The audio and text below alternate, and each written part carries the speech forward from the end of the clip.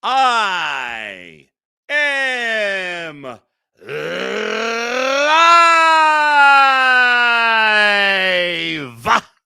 It's cloudy, it's rainy, it's dark, but good news. It's kind of warm today. It's 50 degrees in downtown Cleveland, 51 here with me in Rocky River. Hopefully it's even warmer where you are.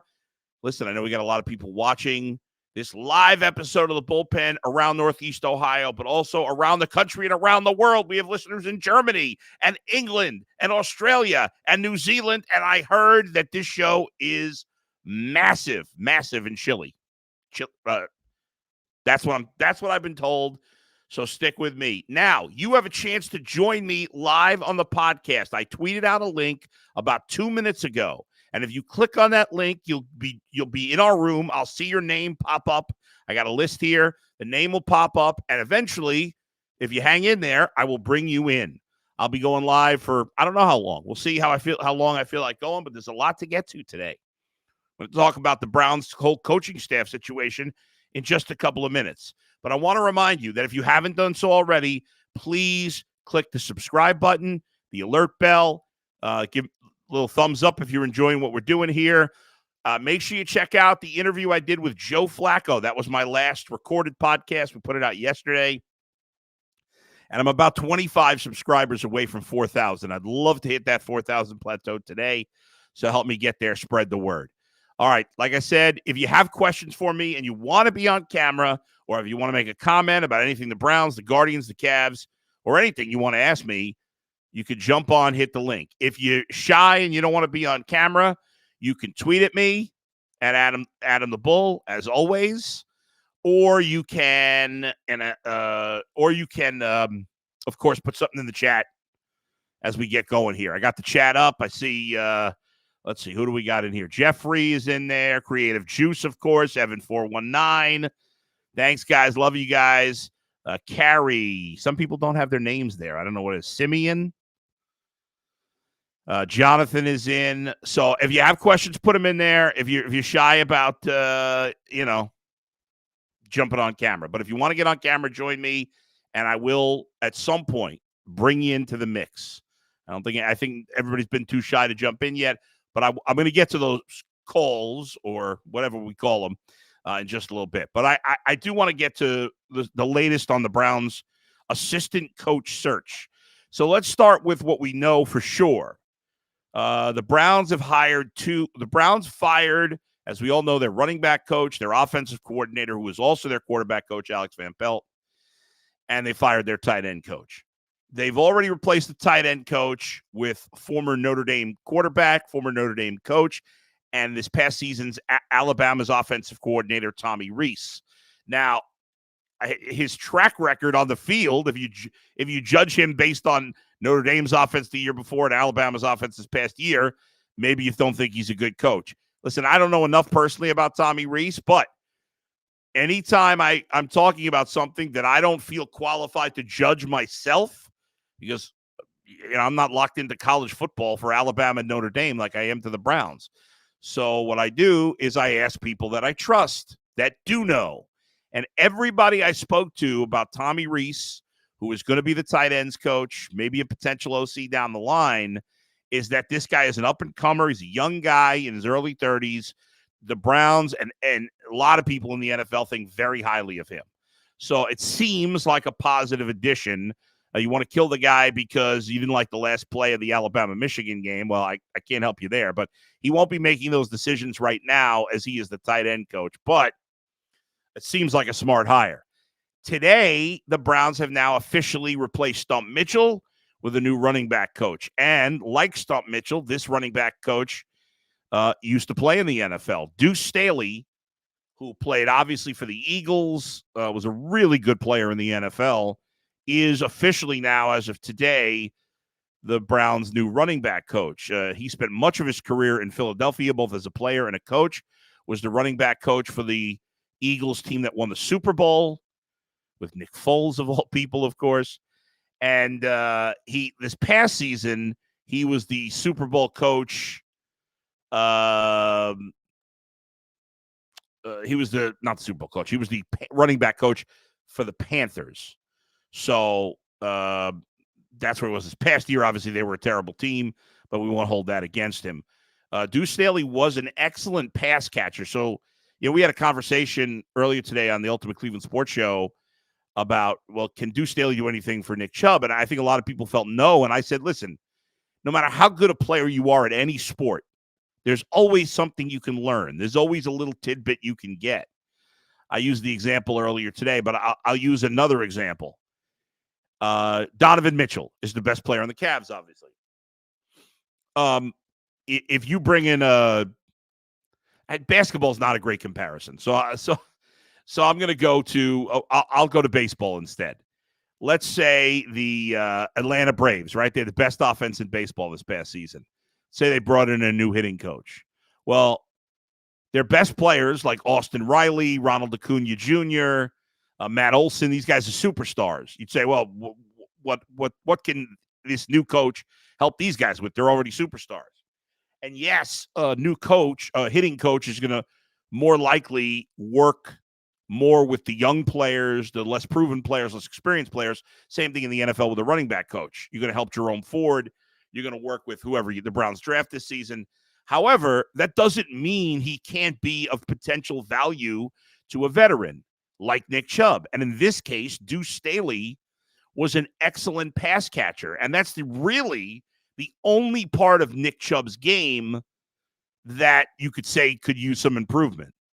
I think that's more about opportunity than him not being good at it, but whatever. And the bottom line is that Deuce Staley, as great a running back as Nick Chubb is, maybe Deuce Staley had an experience of coming back from injury and a little thing that he shares with Nick Chubb that helps his rehab. I have no idea, but just because Nick Chubb's great doesn't mean he doesn't need anything from a position coach.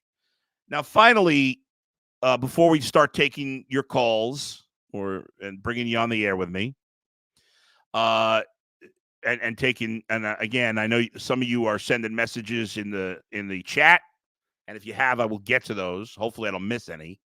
But in terms of the offensive coordinator, the question becomes, will that offensive coordinator call plays? Now, I've made my thoughts on this very clear. The only way the Browns should hire an offensive coordinator that will call plays is if that's truly what Kevin Stefanski wants to do. If Kevin Stefanski is having his hand forced by ownership into calling plays, I've got a big problem with that. Now, I've heard that. We've talked about this before. I don't know for sure. I hope that's not the case. I'm going to try to remain optimistic and think that's not the case. But today, Mary Kay Cabot tweeted out that Kellen Moore, who was the Cowboys offensive coordinator for a number of years, last year was the Chargers offensive coordinator, will be interviewing tomorrow for the Browns offensive coordinator job. And she said basically that the Browns, if the Browns are going to get Kellen Moore, I can't remember the word she used, so I want to look up her tweet really quick, because there was a word I liked there, and then I forgot to write it down. Mary Kay, here we go. Chargers OC Kellen Moore scheduled to interview with the Browns on Friday at team headquarters in Berea. He talked to the Eagles for their vacancy. Browns, oh man, now I can't find the stupid word that she said. I think it was entice. If they're going to convince him to come to Cleveland, well, they're going to have to give him the play calling duties. Why do the Browns need to entice Kellen Moore? He just lost his job last year because the Chargers fell on their face. I'm not saying Kellen Moore might not be a decent offensive coordinator or play caller, but Dak Prescott just had his best year without him. And Justin Herbert just had his worst year with him. So I don't think Kellen Moore, in my opinion, is in position to demand anything. I'll take Kevin Stefanski as the Browns play caller over Kellen Moore any day of the week. And unless Kevin Stefanski wants it differently, I see no reason to change. And the idea that they would have to promise Kellen Moore the play calling duties to get him to come here, well, I'd rather have somebody else. I think that's ridiculous. I don't understand taking away the play calling from Kevin Stefanski. I want to give it the situation the benefit of the doubt that this is a Kevin Stefanski decision. We'll see how it ends up. Brian Johnson, who was the Eagles OC this year, got fired. Many people in Philly were happy he got fired. He interviewed today for the Browns OC job. We know that the Browns have already spoken with Seahawks offensive line coach Andy Dickerson for the position, Texans quarterback coach Gerard Johnson, and former Browns quarterback and former Bills offensive coordinator Ken Dorsey, all in the mix. Meanwhile, the two positions that haven't changed on offense, Chad O'Shea remains the wide receiver coach, and at least for now, Bill Callahan remains the offensive line coach. There's concern, of course, that he will go with his son, Brian Callahan, who just was officially announced as the new head coach of the Titans today.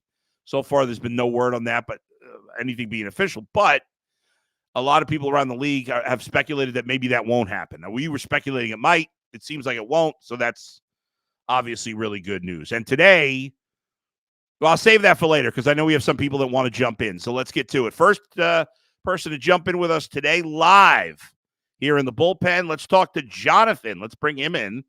Jonathan, we got you? How we doing, Bull? Jonathan, what's up, man? You look, by the way, you look a little like John Lester. Has anybody ever told you that? I've heard it before. Yes. Really? I don't mean to bring up bad memories. I apologize, but you look a little like John Lester. Jonathan, how are you, man? Thanks for joining me. I'm doing great, living the dream, Bull. Got a few things I wanted to fire off. The first thing is, watch UCSS, watch your show. You're a great representative of Cleveland, man. Thank you for everything. Thank you. Appreciate you. So Appreciate the two things that I have. First thing, if you can, without divulging any media or state secrets, what's the political nonsense behind the potential of yanking Stefanski's play calling from him? So I have heard from a couple of people, and I can't say who it is, unfortunately. Of course. But I have heard from a couple of people that I know that I'll say this. I'm trying to be careful what I say because unfortunately you can't say everything you know. I wish I could, but I would if it were just my thing on the line. But somebody tells me some information, they say you can't talk about this. So I do know that when the Browns beat Arizona early in the season or middle of the season, whatever it was, remember that game they won? It was a blowout, easy game. Yeah. After the game, I heard that Jimmy Haslam, even though the Browns won in blowout fashion, was not that happy after the game because they didn't throw the ball a lot with Deshaun Watson. And that, to me, just shows, I think there's a level of frustration from Jimmy that Deshaun Watson, to this point, he spent a ton of money on Deshaun Watson, a ton of draft picks. To this point, he hasn't played all that well, and he certainly hasn't been on the field. And so I think what's going on is that Jimmy's like, well, we need somebody else to call the plays. Now, I don't know that with 100% certainty. I know there's a couple of people working on this behind the scenes and trying to find more information. But, after what's his name? Oh, my God, I just forgot his name. The Browns running back coach who got fired. Stump Mitchell. Thank you. You saved me, Jonathan. After Stump Mitchell got fired for leaking stuff, I think the Browns are trying to keep things a little quieter. Everybody's afraid to share any information. But that's the thing. So we've heard that if Kevin Stefanski gives up the play calling, that it wasn't his choice because we know how much he loves it. Now, I can't say that with 100% certainty, but it feels that way. And especially I look at guys like Kellen Moore and Brian Johnson from Philly and the other guys you mentioned. It's like, what have those guys done that should give them that role over Kevin Stefanski? It doesn't make much sense. And if you're Kevin Stefanski, Jonathan, and you're and you've been the head coach for 4 years, you've done a great job, especially this past year, and you don't get an extension and you have an OC forced on you that's got to call plays, I'd be pretty ticked if I were him. So I hope it's not the case. I want to believe that Jimmy's smartened up, but we'll see. Hope for the best. I think I'm not going to regurgitate what was said on UCSS, and obviously it'll come up at some point here too. Yeah. My thing about it is the guy's done well. The guy did well this year. If you're going to yank his play calling, it's not because of this year. You should have done it previously. Let me pivot to my last thing. I don't want to keep you on with me the whole time. Go ahead, Jonathan. Yeah. I didn't have an opportunity on UCSS to bring this up, but I'm glad to bring it up to you. I was at the Titans game. I watched Watson, and I was in the dog pound, so I had decent seats. It was a good performance. But the thing for me, my eyeball, regular guy, just a guy viewing, was just like, I wasn't wowed. I didn't go, this feels like Patrick Mahomes. This feels like Joe Burrow. This feels like a Lamar Jackson event. This looked, I wouldn't dare say pedestrian, but not elite. And that's what worries me. Jonathan, I appreciate it. I think you're dead on here. Thank you. It's good to have Jonathan on. And if you want to join us, I'll bring you up too. Jonathan got that's just how I feel right now as well. And I still think there's time to turn. I'm not a Deshaun Watson hater. I was thrilled that they traded for him. I still think he's got more upside than any quarterback the Browns have ever had in my lifetime. I wasn't around for Otto Graham. Okay. By the way, shout out to Lou Groza, who would have been turned 100 today. His family lives in I believe, Rocky River or Lakewood. I can't remember now. And Lou Groza's, I believe, great-granddaughter does stuff at the Beck Center with my son. They're in a lot of the shows together. But anyway, yes, Deshaun Watson played well in the Titans game, played well in the Cardinals game. We know what he did the second half against the Ravens, but it's the eye test, folks. If you're being real, he hasn't shown you that magic that he had in Houston. And hopefully he can have a healthy offseason once he, it's fully recovered, and hopefully he can have a healthy season next year. And maybe that's what he was about to show in that second half of the Ravens, that was the magic, and maybe it would have built from there. But we didn't get a chance to see it. Hopefully we will next year. It has to happen this next season. Okay, let me we got some chats here. What is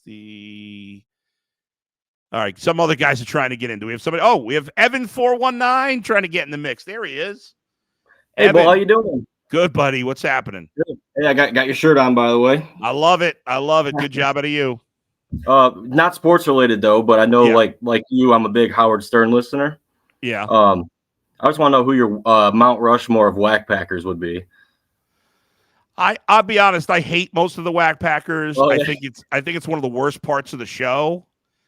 When I was young, even before I got into radio, when I was in my early 20s and just bouncing around, I dropped out of college at 19 and I was bouncing around at different jobs until I went back to school and got my life on track in my mid 20s. But for my teenage years into my early 20s, I was obsessed with Howard Stern. I still love him. I think he's the greatest ever in this business. No doubt. I admire the man. The show to me, the show's not what it was. I don't like his crew.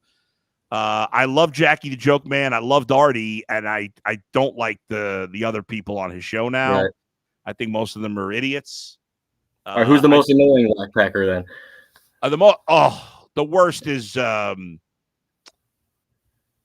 who's the most annoying Whack Packer? I would say, High Pitch Eric. He's the worst. Yeah, right. Okay. I can't. I'm with you on that. I can't. I really hate them all. I don't. The only people I like on the show, besides the main, I love Gary, and I hate that he gets crapped on all the time because I think he's the best. I like John Hine. Benji's awful. Can't stand him. JD is annoying. He's a Bengals fan, so I should like him, but he's annoying. True. I hate Sal. I hate Ronnie. They're awful. You hate Ronnie? I hate Ronnie. I find him awful. He's disgusting. And Sal, I just don't find the phony phone calls funny. I do like what's his name that works with Sal? I'm drawing a blank on his name. But Richard. But I don't find their phony phone calls funny ever. They don't, when they try to be women, they don't ever sound like women. But anyway, I don't want to go too far off sports anymore. Evan, you got a sports thing? Shoot. Do we really have to? That's it. No, I'll just say, like, we're 11. We have 11 wins this year. Do we really have to question if Kevin's going to stop calling plays? It seems like we shouldn't. He's doing a great job, Evan, and to me, it's just nuts that we're having this conversation about him, losing his play calling. And let's hope they'll smarten up and not do that when it's all said and done. Thanks, well, Evan. I appreciate it, Bill. Thank you. See you later. Got it, man. All right, good stuff from Evan. Good to chat with him. Let's get to the chat and see what we got. What you got here? Let's see. Mike, my man Mike Lucas, Mikey McNuggets in the chat. If you don't have haters, you don't have fans. Comes with the business. Love all of you though. It's 100% true. If you do what I do for a living and everybody likes you, you're not that good. Now, if even worse than that is when nobody cares. I could think of a number of radio hosts, sports radio guys, sports podcast guys, sports TV guys that are, it's like nobody cares. No, you don't hate that guy. You don't love that guy. That's the worst because you're a nothing. You don't stand out in any way. But you want to bring out passion in people. You want people to love you and you want people to hate you because you don't want to just say what pleases everybody. There's some people in the business want everybody to love them. They're afraid to say anything controversial. That's lame ass. Mike, you hate me? Bleep you, Mike. Okay, here we go. I steal all my takes from Jake Crawford. Teddy not tweets, but posts. Do you feel like it's just a given they give Stefanski an extension at some point? I feel like it should be a given. He's done a magnificent job, but I don't think it's a given. I don't think that at all. Simeon says, who's your top pick for OC? Well, I can't think of their names right now. I went through this like last week with the picks. I can't think of the names now off the top of my head because I didn't know we were going to get the question. But, oh, God, maybe Mikey McNuggets can help me out. I like the Darrell Bevel. That's one of the two guys who I like. And then the second guy, I can't remember. He worked for Stefanski in Minnesota. Oh, Kubiak's son. Whatever his first name. I can't think of his first name. So Darrell Bevel and I think it's Clint Kubiak. Those would be my top two choices. I haven't heard of the Browns interviewing either of them at this point, though. Of the names we know, I'd be fine with Brian Johnson. I don't really want Kellen Moore. I'd be fine with Ken Dorsey. I'd be fine with Gerard Johnson. Let's see. What do we got? Bull, Carrie tweets, Bull, are you going to get any more Browns players on? Hope you all had a chance to, I'm reading the chat, Mike. I hope you all get a chance to watch the Joe Flacco interview. It was such a pleasure talking with him. He was awesome. We did about 30 minutes. I'm always trying to get Browns players on. It's sometimes hard to get players, certainly during the season. There are some players, a lot of the superstars on the team are not willing to do interviews. So, we'll hope for the best. But every player on all three teams has an open invitation to be on my podcast. Somebody tweeted me the other day, I bet you won't talk to Deshaun Watson. Why would I not talk to Deshaun Watson? He's the starting quarterback of the Browns. I would love to have Deshaun Watson on my podcast. I don't think he'll come on, but I would love to have him. And I would be totally fair to him as I've been so far.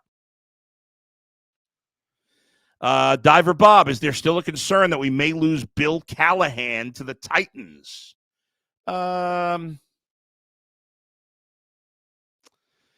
I think there's still a concern. Sure, until the coaching staff of the Titans is locked in, there's going to be a concern. But what I read from, I think, Albert Breer, and I saw it somewhere else, that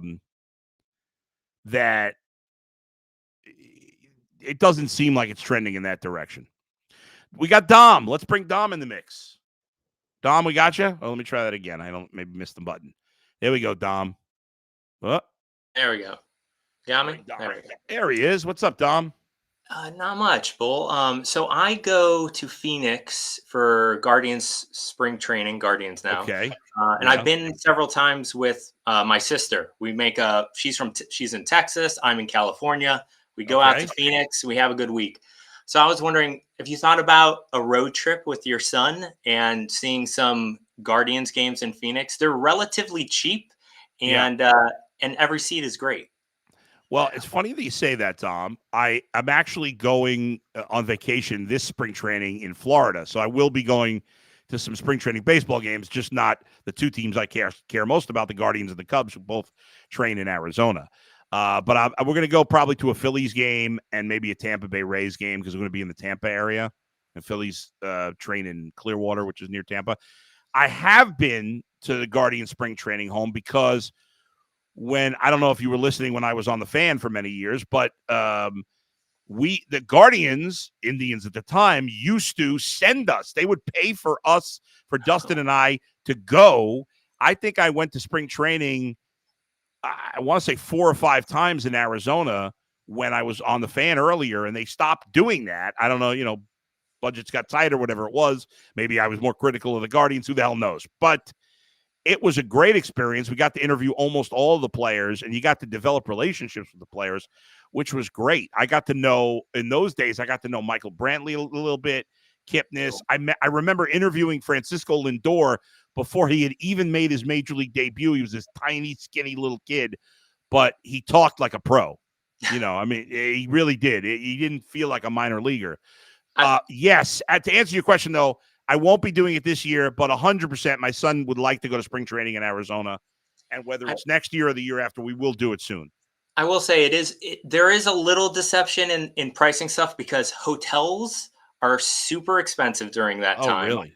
Yeah. Because there's that's so many people are coming out, let alone players that are trying to make the teams. And then the other thing about it too is depending on your team. Now you're a Cubs fan. Some teams, the pricing is increased. Oh, yeah. The Cubs increased the prices. Yeah. And the Dodgers this year, especially since they got Ohtani. Yeah. No, that's true. But it's a great ballpark. Obviously, for those who don't know, they share it with the Reds. Goodyear is not the most exciting town on the face of the earth. It's kind of the ass end of Arizona. When you go, the first time I went there, I don't know if you've driven past that airplane graveyard. Have you driven past that? Yep, it's kind of along the way to get to the park. I mean, that looks like, could be a set from The Walking Dead or something. It's really weird, but it's amazing. I still like being out there. Dom, I appreciate the call, man. Thanks for jumping in. We'll talk to you again soon. Folks, you can do what Dom just did, and you can jump in with us. We'll try to get a few more callers in if we have time and if more people want to get on camera. Have I missed any more questions? Let me see if I can find them. Freddie B., what exactly are an OC's responsibilities? Well, obviously, we talk about play calling all the time. For some OCs, they call their own. They call the plays. For some, they don't. Usually, if there's a defensive head coach, the OC will call the plays. But there's a lot more that goes into that job. Now, do I know every last detail of what an OC does? Of course not.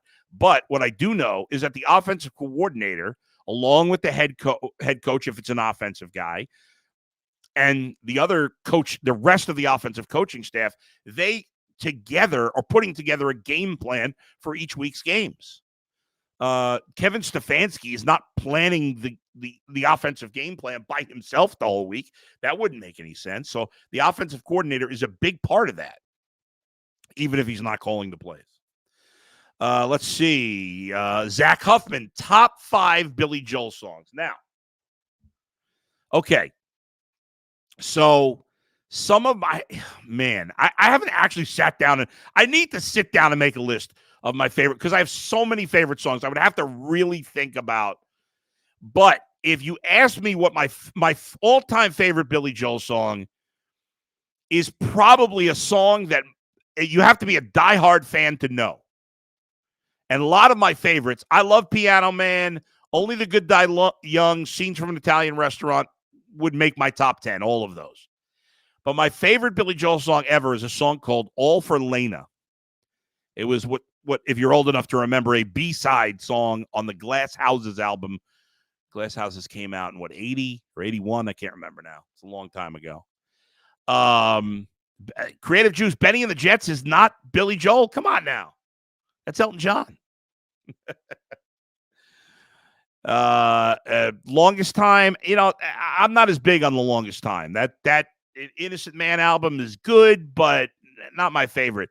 There's a song called Stiletto, which is a B-side album song. I Love You Maybe Right from Glass Houses are some of my favorites right there. Teddy says, top 5 favorite Cub players of all time. My favorite Cub player of all time is Ryne Sandberg. He just was announced he's diagnosed with colon cancer, I believe. I believe it was colon cancer. I know it was cancer. I don't remember what it was. Yeah, Benny and the Jets is Elton John. My second favorite Cub of all time is Andre Dawson. My third favorite Cub of all time is Lee Smith. Those are my top three. I don't know if I have a 4 and 5 necessarily, but those are my top three. Timothy, my family member, win the Super Bowl with the 85 Bears. He was the field goal kicker, Kevin Butler. Are you serious? You're Kevin Butler's. How are you related to Kevin Butler? Oh, it's prostate cancer for Ryan Sandberg. Yeah, it sucks. I hope he can beat it. It's brutal.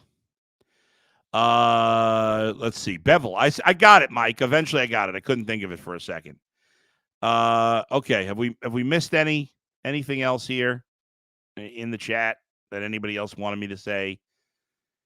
Okay, here we go. Creative Juice. I heard on the radio that Belichick may be on the outside looking in after the coaching hiring dust settles. Do you think it's because of his needing absolute power or the youth movement? I think it's both. Belichick's magic has run out. Belichick wants absolute power. He's been a terrible GM for a long time, and you could argue he hasn't been a very good coach the last few years.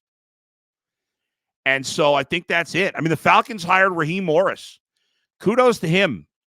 And the NFL, better job with diversity this hiring cycle. 3 black coaches, including Raheem Morris getting a second opportunity, which is unfortunately very uncommon. And so good for him for getting this opportunity. I think Arthur Blank was like, I'm not letting you do everything you want. You're old. Michael Lucas, hey, Bull, do you hate McNuggets? I do. He's a pain in the ass. A big-time pain in the ass. Let's see. Jonathan. We already had Jonathan on, and we got time to get one more person in. If you're not scared to be on camera, I got time to sneak in one more person before we go. The interesting thing we're down to 2 head coach openings, right? Carolina, not Carolina, because they just hired a coach. Who are the 2 left? Seattle, and there's one more. I'm drawing a blank at the moment. And you got Mike Vrabel still out there. You've got Belichick still out there. You've got Pete Carroll, I guess. I haven't heard his name connected to anybody. And so let's say Vrabel, Carroll, Belichick don't get jobs and they all want him next year. Obviously, Vrabel would. We don't know. I guess we don't know for sure about the other 2, although Belichick's 15 wins away from becoming the all-time wins leader. That's going to put a lot of pressure on the coaches on the hot seat, or potentially, even though it's ridiculous, a guy like Washington's the other one. Thank you, Jason. Or potentially a guy like Kevin Stefanski, who should have been given an extension and to this point has not. Hopefully he will. Okay. Somebody's having a problem with the camera. I'm sorry we can't get you. Last question. I saw one more question that I wanted to answer before we go. Don't wrap me up yet, guys. I want to answer one more question. I saw one more. Hold on. My friend in Jersey, Joe Flacco's brother. Am I getting on Patreon? No, I don't think so. I don't know. I don't know enough about Patreon. All right. I thought there was one more question. Extend JB after the win streak. I would not. I'd not extend him, but I certainly wouldn't fire him. And there was a lot of talking about firing him. All right, everybody. I appreciate you all joining me. Thanks to the guys who jumped on live. Appreciate that. We had Evan419. We had Jonathan. And we had, I forgot the third guy who asked me about the Guardians. I feel terrible. What was his name? I'm having a lot of brain freezes. But anyway, thanks to everybody who was on the chat. I hope I answered all your questions. In terms of getting on camera, I sent out a link. I'll go over it again next time. Thanks everybody for joining me. Please make sure you hit the subscribe button. Give me a thumbs up if you enjoyed what we did. We're doing the live show every Thursday at 6 p.m. Where else but right here in the bullpen with me, Adam the Bull. Love you all. Have a good night. I'll see you on UCSS tomorrow. Next podcast comes.